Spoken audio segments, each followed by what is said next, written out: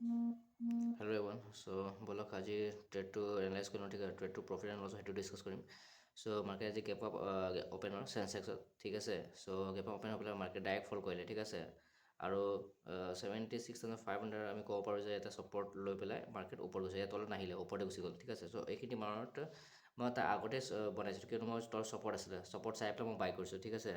বহুত simple support চাই পেলাই য'ত ছাপৰ্ট আছে ৰেজিষ্টেঞ্চ ছাপৰ্টত বাই কৰোঁ ঠিক আছে বাট লজিকটো বুজি পেলাই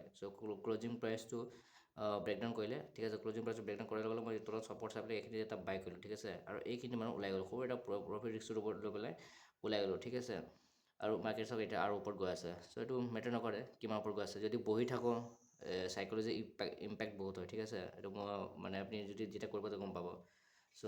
আজি প্ৰফিটটো আমি দেখুৱাই দিব পাৰিছোঁ দুটা ষ্ট্ৰাইক প্ৰাইচ এড কৰিছিলোঁ ঠিক আছে 3,000+ প্ৰফিট হৈছে আজি প্ৰিমিয়াম ভাল পাইছোঁ ঠিক আছে সেইকাৰণে আজি প্ৰফিট তেনেকুৱা